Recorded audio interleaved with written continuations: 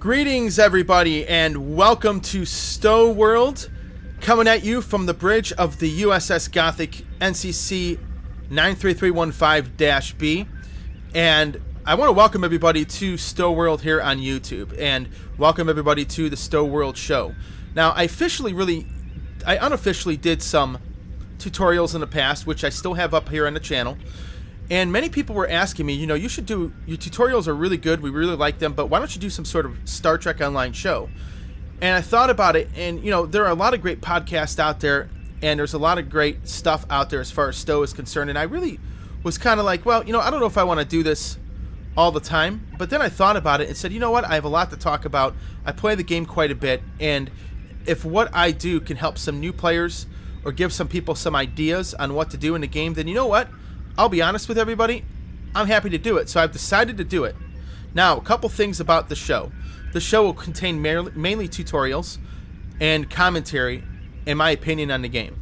I am in no way affiliated with Cryptic or anybody else, so what I give you, the input that I give you, and the thoughts and things that I give you, Cryptic has nothing to do with. Basically, they are my own thoughts, feelings, and maybe I'll convey feelings of other people that email me through YouTube or whatnot. But anyway, I want to welcome everybody here, and this is kind of the introduction episode, and we're also going to look at how I have my Fleet Patrol Escort configured, and we're going to show it in action doing Kittimer Accord Space Elite. So actually, we are going to knock out two birds with one stone. I'm going to show you a ship, show you what it looks like in action, and then on top of that, I'm sorry, not Kittimer Accord, we're going to show you in the Cure. My bad. Kittimer Accord is going to be another episode down the line, but anyhow, I want to show you the ship in action and how I have it configured. Now, I have to tell you, I'm really happy, really like the star bases and some of the fleet ships and rewards that you can get. And I did get the Fleet Patrol Escort, which is to me one of the, it's a great ship. And I am obviously a tactical officer, and this is my main tune. I use all sorts of different ships on this tune, science and cruisers and things like that. But I have to tell you, I'm really excited to show the ship to everybody out there. I think it's definitely worth it, and to everybody out there that wants to learn a basic ship configuration, I have one for you. Now, I'm going to tell you really quick that what I have configured is not the be-all end-all. There are so many other great configurations people have come up with. There are probably better configurations people have come up with, but this will give you an idea of how I have this ship designed, and it will also give you an idea of my philosophy in designing it. And there's so many great suggestions people have sent me, and believe it or not, with all the ships I have probably, I don't know, 35, 40 ships almost, and I have them configured based on some of the suggestions people have given me in the past. So anyway, we're here on the bridge. The USS Gothic, of course, is the name of a ship that, I'm a big Trek canon guy, so what I usually do is I name ships of the line as they go. And so when I started out, when I was a lieutenant commander, I had a cruiser called the USS Gothic, which was an Excalibur class, and then the Gothic A was my original patrol escort, and then I gave it up for the Fleet Patrol Escort. So that is why you have the B designation. So, but we're going to talk a bit about my configuration and things like that, and we're just going to go over some really basic stuff, that, I don't know, really just show you how to configure a ship. So we're chilling out in my ready room, as you can see, and accessing my account bank, because I'm going to run down to engineering here and make a phaser turret prototype, I guess you could say, while I'm talking. Actually, maybe I'm not going to do that yet. I'll just kind of sit in here and talk about the ship. So let's talk about the ship really quick, and I'm going to show you the way I have this thing configured. We're going to exit the bridge because we are in orbit of Earth. And I'll tell you what, I really like this ship. It's very versatile, and I have different configurations on all of my ships that I have in the game. But this ship's got some pretty cool configurations, and I'm going to go over I'm going to go in detail of the philosophy of why I designed the ship the way that I did. So you're checking it out. Here you go. This is the Gothic. We're in Earth orbit, and you check it out here. You see the Battle Fleet Olympus logo, which is the fleet that I am now a part of. And yeah, you check it out. It's basically your standard escort. I think it's a Hermes class. I changed the actual pylons up here from a different Escort due to Christum's awesome customization module that they have, of course, here on the game. And well, as you can see, I got a little color scheme. I don't like to use the effects from like the sets. Like, for example, I don't like having all the Borg crap like sticking out of my ship. I'm not a big fan of, you know, the Mako covering and stuff like that. I'm a really big fan of just really cool ship colors. I just turn the visuals off because I just like the standard Trek feel. And when I play the game to relax, but also I like to have a Star Trek feel to the game, and I feel that getting rid of the visuals adds to that. Although the Impulse Wake I did keep. So anyway, we're going to check this out. This is my Escort, and this is what I have going on. Now, I'm going to tell you right now, I'm not here to PvP. I never PvP. In fact, I do mostly PvE. PvP is not my big thing, and, you know, until they really improve it, I won't do it. And, you know, I hope they plan on improving the issues that they do have in it, because if they do, I will do a PvP config. But this config, mainly one of the main things I do are STFs.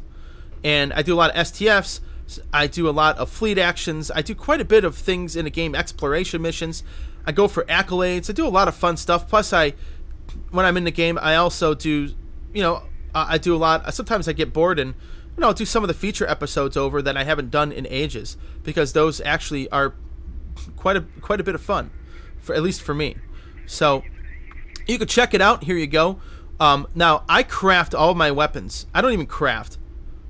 What I do is I use all the Borg salvages that I get to craft weapons, and I've you know, I do so many STFs. I've acquired probably 300, 400, 500 of those prototype salvages, and I use those to craft all of my ship weapons. And that's basically, you know, the thing for me. All my ship weapons are crafted that way. So I'm using dilithium for my starbase and for buying stuff in the fleet stores. So that's why I will get, I at least at one point had a ton of dilithium until I converted it all for Zen. So anyway, check it out. So my front configuration as far as weapons go, I have a regular dual Mark 12 cannons, the Borg ones, because I do STF a lot. I use the quad cannons, and honestly, I use the quad cannons for nostalgic purposes. They look cool. They're not quite as good as the regular heavy cannons, but you know what? I love the way they look, and it adds a nice feel to the game, and they do some damage. It's not like they're weak, but obviously they are on par with like, they're not quite on par with the heavy cannons, which are here, but I do love the quad cannons. They're a lot of fun to use. So I love putting them on my Escorts, and at least the Escorts that use phasers. And I'll tell you what, a lot of fun. I just love using these. And a lot of people, you know, I've been bashing in the past, why do you use those things? They're ridiculous. Well, you know what? To be honest with you, I think they look cool. So that's why I use them. But, you know, obviously if I wasn't using them, I would either probably have a dual beam bank, a forward dual beam bank, or I would use probably another heavy cannon.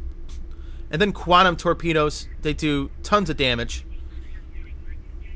And then I use a Borg set, and I'll tell you what, the Borg set is great. And on different ships, I have so many different configurations on what I'm using that I use Borg sets on some. I use Mark 12 Makos, Omegas, Aegis. I even used the Breen set on my Galler, and I haven't quite acquired the Riemann set yet. I haven't really pursued the Vault missions yet, but that's something I will be looking forward to doing at some point down the road. But I do use the Borg set. Now, the Borg set's great because here's a couple things. Number one, you get some great buffs on this. And this has been a staple. You get the regeneration sequencer, which helps with hull repair. You get the regenerative shield array. And then you get the assimilated tractor beam, which is a nice touch to add, especially when you're doing an STF. You want to trap on the cure, and you're going to see, like, when you want to trap, like, one of the Negvars when you're attacking a cube. I mean, you can hold it there, drain power from it, and attack it all at the same time. So that's why I love the Borg set in this. And also, you have 4 pieces. This piece here, the console, you get from doing the assimilated mission, which if you don't know where that's at, I'll show you right here. You go to Undyne Advanced Assimilation, and I'll do a replay on that because I'll play it to get another console down the road. And of course, here's the Borg set, which is only 5. It's only 5 of those encrypted data chips for each piece. So 15 total. So that's actually a bargain. Then, of course, the rear. Now, here's the thing. Some of the Escorts I do have turrets on. I haven't really got around to putting turrets on this. I do have the salvages. Sometimes I switch it off depending on what my mood is or what I'm playing. But I do put phaser turrets from time to time in the back, or I use these Mark 12 Borg beam arrays. And then in the rear, of course, a quantum torpedo launcher. So very basic setup here. And I like phasers. Again, I use different weapons on different ships. I use mostly phasers because I am a cannon Trek guy. But there are some ships I'll use anti-proton on. I do have a couple ships with Tetrian weapons. I do have one with Disruptor, which is, I guess, the Disruptor weapons you use on the Galler. And then I have the Polaron weapons on the Jemadar ship. So, for my devices, I don't really use the batteries or the shield batteries or the engine batteries. They really don't do anything for me. But I do use the deuterium surpluses, which you get from the Alhena system and Ida Eridani from that daily mission, and the weapons batteries, which obviously help out with your weapons power. Now, what I did for the engineering slots is I basically tanked them with hull platings. Now, since this is an escort, and escorts usually, and I'm a tactical officer, and escorts usually have a higher rate of, basically weapons power. Your max weapons power is 125 to begin with.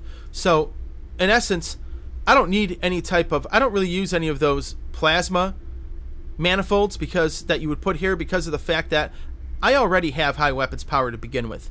And I'd rather tank the escort so I have more of the resistances, especially with STFs, as opposed to, say, more weapons, just a slight amount more weapons power. I mean, an extra 3 points of weapons power doesn't do much for me. And to be honest with you, when I show you how I have my BOF configuration, my bridge officer configuration, you will see why I don't have any type of weapons power increase here. So, engineering consoles, I use the Tetraburnium hull armor, which gives me plasma, Tetrion, Polaron, and anti-proton resistance.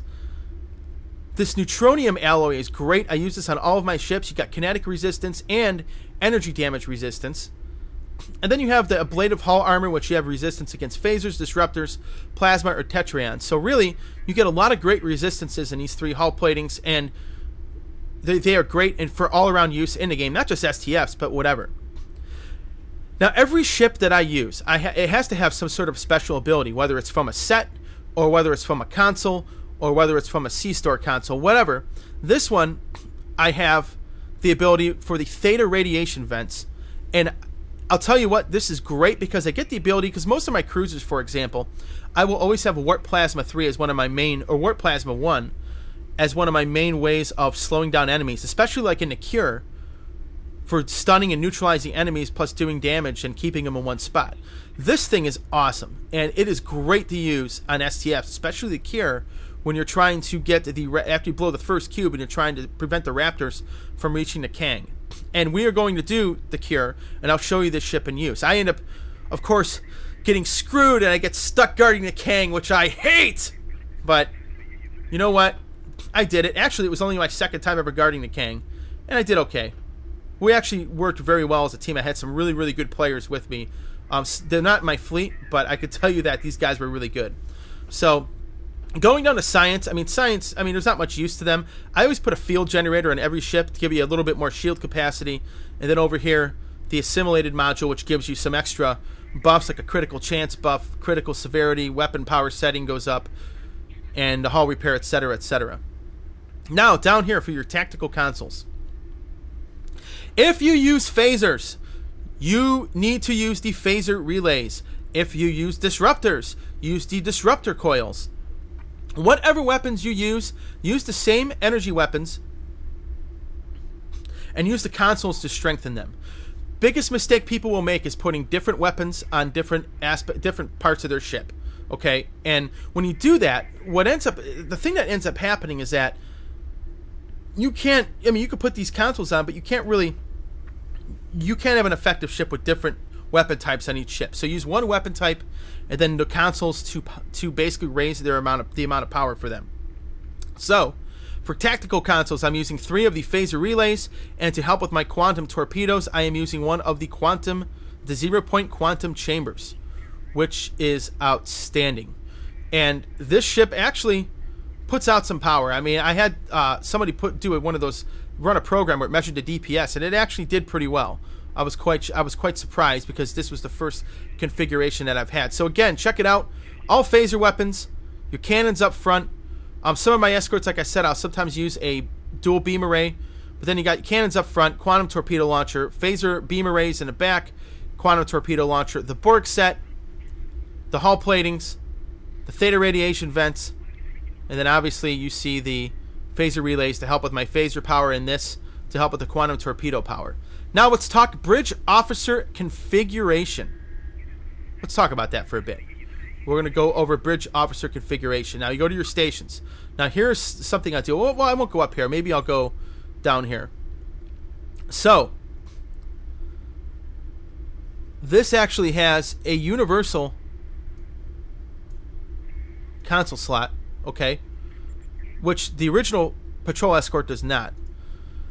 So in a universal console slot, you know, you always want your shield to be strengthened with an escort. You got the firepower, but what I did is I have the emergency power of the shields. One gives you shield power, regenerates your shields, helps you out in that department. And I choose to use an engineer in this slot. Now here's the thing that I'm going to go over too. Okay, I use a human and a human engineer. What do they have? Well, their passive skill is leadership, and it helps with starship hull regeneration and starship subsystem repair. Okay. Going to go to this alien, which is actually an alien I made into a Romulan, and yes, guys, I will do a customization episode at some point. But here's what I like on this, okay? On this escort, I just started using this, and I don't know what I was thinking, why I hadn't, but I have Cannon Scatter Volley 3, which is great to attack multiple enemies, especially in STFs, like if you're in Khitomer Accord Space Elite, or if you are in like the Cure, or any of the STFs for that matter. You can do huge damage to multiple enemies. And some escorts, I have this in the commander spot or in the 3 spot, or I do Scatter Volley 1. Either or, it works out great. Then for multiple enemies, I have Torp Spread 3. I have Torpedo High Yield 2. And then since I'm really not using the phaser beam arrays that often, except behind me, I do use the beam overload. Okay. The Lieutenant Commander spot, I got Cannon Rapid Fire 2, because I can alternate from Scatter Volley. As soon as I use that, I can use Rapid Fire 2. I have Tactical Team 2, which helps with damage and stuff like that. And also it helps with, you know, if someone hits your shields automatically strengthen to that side you're being shot at when you're using this. It distributes your shield strength to shields receiving damage. And then, you know, sometimes I have, you know, target shield subsystems or engines, but I have target shield subsystems, helps, you know, basically shut the shields down of an enemy vessel. But again, with this buff, I have the leadership trait. Now, I do like, now for Trek purposes, this is my, what you would call a Romulan that I created into the Alien Creator, which actually looks pretty good. So, but anyway, that was just something that I did. Actually, this is a common buff, which I'll replace eventually. But then you have, in this section, now I would either use a Saurian or the Borg, Liberated Borg Bridge Officer. And the reason I use them is because, lo and behold, they have the efficient trait. And the efficient trait gives you a plus 7.5 Starship Work Core efficiency, which helps improving efficiency for powers like weapons, shields, engine, and auxiliary. So, just some food for thought there. And I use the Engineering Team 1 and then Reverse Shield Polarity 1, which work out really well when you're taking lots of damage, especially energy weapon damage, and you want to hang in a firefight a little longer. So that also helps with shields. And my big thing with strengthening my ship is shields and hull. I mean, you can't do that enough, especially in an escort. Then for my Science Officer, Science Team 1 and Hazard Emitters 2 for hull regeneration, and obviously for the shields. So I always keep my ships on attack, keep the rapid fire enabled, and then this is my buff tray. Obviously, you see what I have configured here. So I'll tell you what, we are here now. We're going to warp out of the system here, and we're actually going to go and watch Cure Space Elite, myself and 4 other random players on the awesome Elite STF channel. And if you have not joined that, I suggest you do if you want to get great rewards for doing STFs. And again, we're going to go do that. So with that, warp it out of the system, and I will see all of you in the next 3 seconds. I will see all of you in the Vorn system. All right, everybody, and we're about to enter an instance of Cure Space Elite.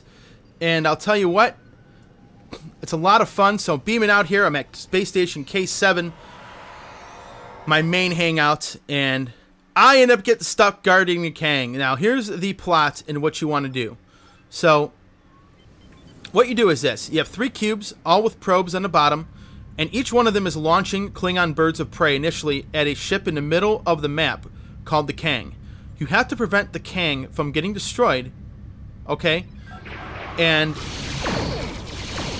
the only way to do that is for someone to guard the birds of prey coming from 2 of the cubes while the others attack 1 of the cubes. So, for example, one group of 4 people attacks 1 of the cubes and the probes while also destroying its birds of prey and ships that it's launching. And then what you do is the other guy guards the Kang against the other 2 sets of birds of prey. And what happens is that you got to destroy all the probes, the bottom probes, then the top probes, then you have to destroy the cube up above. And you have to do this 3 times in the game. Okay? When you destroy the first row of spheres, and then or probes, and then you destroy one of the top probes, you will get a Negvar and a Raptor that appear that are pretty lethal. So you got to be careful, and you got to take those out as well.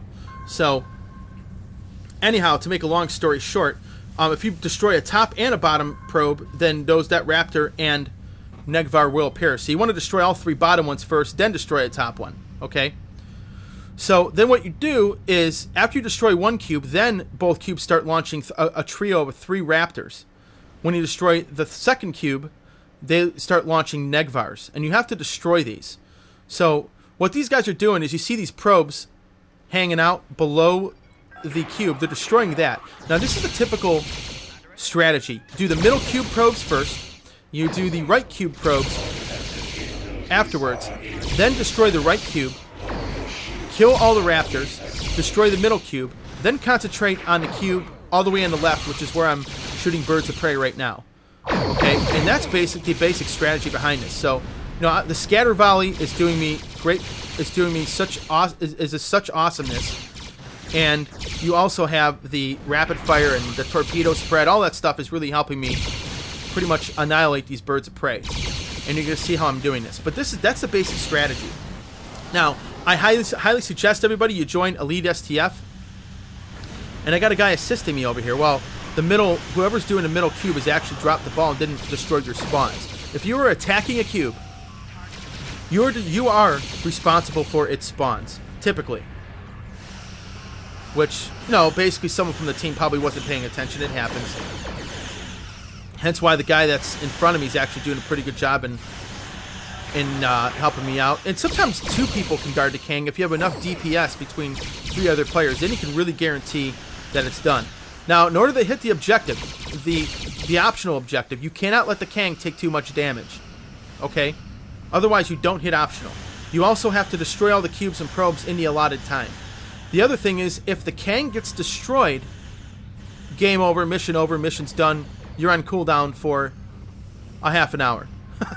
Or, I'm sorry, for an hour. So, keep that in mind. You have to protect the Kang and cannot let it get destroyed. So, as you see right now, I'm just going from side to side, blowing these birds of prey up, using all the fun functions of the Fleet Patrol Escort. And I've done so many of these STFs, I can tell you that I can do them in my sleep now. I mean, it's insane the amount that I've done. I mean, I got the accolades months ago in doing these, and I was never an STF guy. In fact, when the STFs first came out, I hated them because they took like 2.5 hours, 3 hours sometimes. And I only did Infected just so I could get the Borg engines. And I wanted the Borg engines so I could get places as fast as possible. But in general, let's see, here's the thing. They've destroyed the probes on the middle cube. So now you can see all the guys they're making their way over to the right cube. And then what I'm going to do is I'm going to kind of chill out here, because since they are already destroying the birds of prey coming there, I'm not going to concentrate on that. I'm going to look towards the middle cube, which is what you see facing right now. And again, this is actually not me playing this live. I'm actually commentating on an earlier recorded version of this, which I did just 5 minutes before recording this video. So there's birds of prey appearing right here. And they are basically... I just like to watch the quad cannons fire. We just see the birds of prey appearing here, so I'm going to blow both of these up.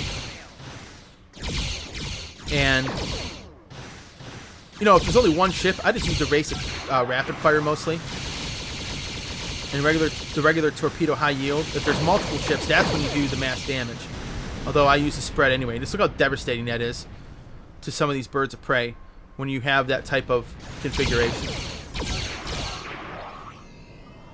And again, using your abilities. Now, I'm doing this without using some of the buffs like tactical initiative and stuff like that. But you don't really need to use that. I don't use that till I face the carrier or if I'm facing a bunch of negvires by myself. So check it out. Here you go. Blow that bad boy up. Turn over here. Uh-oh, these two are coming towards a ship, and luckily Scatter Volley and Torpedo Spread 3 are ready and available for use because they're done cooling down, and just unleash the fury on these ships. And we're doing need all, by the way. Okay. And if you know what, STFs, I always do need all, period. It avoids conflicts, it avoids people from freaking out. Oh my god, you're hitting need and everything, and not greed. Just need all. Then everybody has the actual same amount. They actually have the same chance of getting everything as you do. There's just people that hit greed, that hit need all the time. You know what? That's when I host an STF. That's what I do. And here's the awesome assimilated tractor beam holding a bird of prey in place, not letting it shoot at the Kang, and draining a little power from it as I go. And well, this bad boy is now dead. So another bird of prey coming at me, guarding the Kang, and by this time they're very close, I think, to blowing up the right cube. Because after all those 6 probes on the bottom are destroyed, then you go after the cube. Very simple. So just sitting here, chilling out, blowing up some assimilated birds of prey, and a cube just blew. Now, if you're not facing a cube and it blows, you see a flash across the screen, and I just saw the flash. The 2 flashes means that one of these cubes is gone. So now I'm going after a bird of prey, and I'm going to start attacking the raptors. And on this side, there's 6 raptors that get launched, 3 from the middle cube and 3 from this cube. And you're seeing me launch torpedo spread and obviously using scatter value. Now check this out. I am going to completely ruin these assimilated raptors. I'm going to ruin their day by doing one very simple thing. And that is, here comes the theta radiation. And now, well, guess what? You guys are going nowhere. So that gives me time to not only shoot them, but by the time the other raptors are destroyed, my colleagues who are doing an excellent job in this STF, and they can come and help me. And here you go, man. Look at it. Scatter Volley, Torp Spread 3, and you're just seeing nothing but destruction. Basically. And the Klingon, I think that's attacking him. I think he's in a carrier, and he got a guy in a galler as well. So any of you guys who played this STF with me, great job. And also, you have now been immortalized in the world of YouTube. And if you see these guys that are playing this game with me on here right now, playing this STF, if you see them in game, they're pretty good players, actually. They do a great job. And so what I end up doing, along with the guy to my left, is we just start attacking the other cube, because the other 3 guys have such good DPS that, you know, they don't need our help, really. Now, if it was a case of, you know, a bunch of cruisers and like 1 escort guarding, then you want the 4 cruisers attacking the cube, or all 5 of us attacking the cube while 1 guy attacks here. So sample of how you got to do this: destroying the bottom probes first, which is what's going on. And you see these guys, I'm moving over to show you that all of them attacking the cube, and they will also get those other raptors that are appearing. And now that the cube in the middle is destroyed, you see the negvars appearing, and well, I'm going to start my hand in destroying those. So I'm kind of just sitting here and stationary, just rotating my ship, attacking. And then what I'm going to do is I'm going to hit my engines. Some guy actually, he hits a Gravity Well 3, which is also effective if you have a science ship, of preventing these ships from reaching the Kang. And as soon as somebody does that, then you're going to see me hit the Theta radiation vents again. I'm just getting attacked by the cube, but I'm out of its range. So, there you go. So there's Grav Well 3, which holds them in place. I'm sorry. Titan's Rift. Or Grav Well 3 works too. And here we go. Theta radiation vents, baby, and you are going down. So after I blow these things up, then I'm going to start attacking. Well, I'm actually attacking the Negvars. They actually get all the probes down as you're watching. And they're going to probably take out the Raptor or Negvar. Sometimes you don't even take the Raptor or Negvar out. If you get the probes done in time, you get like one ship or two, take tanks on those, and then you can go and just go after the cube. But here we go. I'm in a cloud of Theta radiation. Still got 3 more probes yet to go. A bottom and 4. The bottom and 3 top probes. And wow, check this out. Here we go. So they're doing the bottom probe. I'm going to do this top probe, and you hear what I'm talking when the Raptor and Negvar come alive. Now, here they are. They spawned. I'm going after the Negvar, actually. I'm going to attack that while the other guys attack the probes in the cube. So I'm just launching fury at this thing right now. And weakening its shields. Now, if I get close enough to it, there's quite a few things you could do. Number one, and I got hit with that electric charge, static electric shock, but with my hull resistances and hull platings, and also the hull regeneration abilities like hazard emitters and engineering team, I'm able to absorb that attack.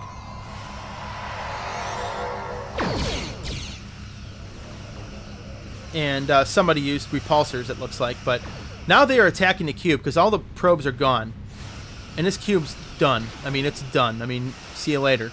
So now, basically, after the cube's done, you got to hail the Kang. Okay? Because you got to hail the Kang in order for the objective to be met. The Kang. And you have like 5 seconds left. Well, guys, guess what?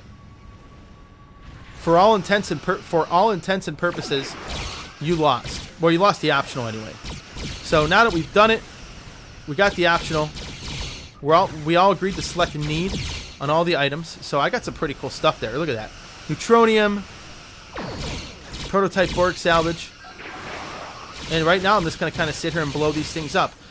And then we're going to go attack the carrier. The carrier is actually pretty easy. It's a walk in the park, believe it or not. And, hey, you know what? I'm hitting with the tractor beam. I don't remember if I used Theta radiation again, but yeah, somebody's using Titan's Rift to attack. And I'm just going after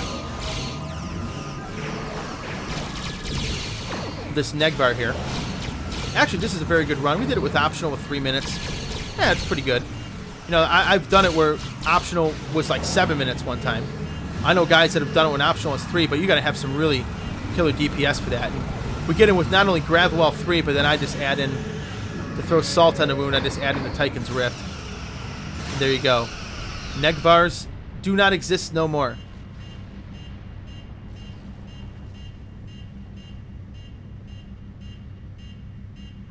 So, here's the carrier. The carrier launches fighters, it launches birds of prey, and it's generally pretty easy. It's not, I mean, the thing's really, it doesn't really, in some sense, you know, I'm surprised that it's not harder than it is. They must have nerfed it at some point, but it's not that challenging, believe it or not, once you get to this point. So, and we're doing this on Elite, by the way. This is the Elite, Pure Space Elite, just to give you guys a heads up, if I didn't mention it earlier. So I'm just going to sit here, I'm not even doing anything. I'm just going to sit here and just shoot volleys of cannons and torpedoes at this thing. And there you go. So we're going to sit here and destroy this thing. So anyway, want to thank a couple people out there before I end this video. Stu Marshall of Empires of Eden. Check out empiresofeden.com because that is the theme music for this show. Want to thank everybody for subscribing. Please spread the word to your friends and the new players that may need help with tutorials on how to configure stuff. I'm more than happy to help the new player, which is where my shows are kind of based on helping, and also the casual player or even the advanced player, maybe giving you some ideas. Don't forget, you can check me out in game you can send me a game mail at twebster1977. And check out our fleet, Battlefleet Olympus, at battlefleetolympus.com. So with that, everybody have a great day. And thanks for watching STO World. See you later.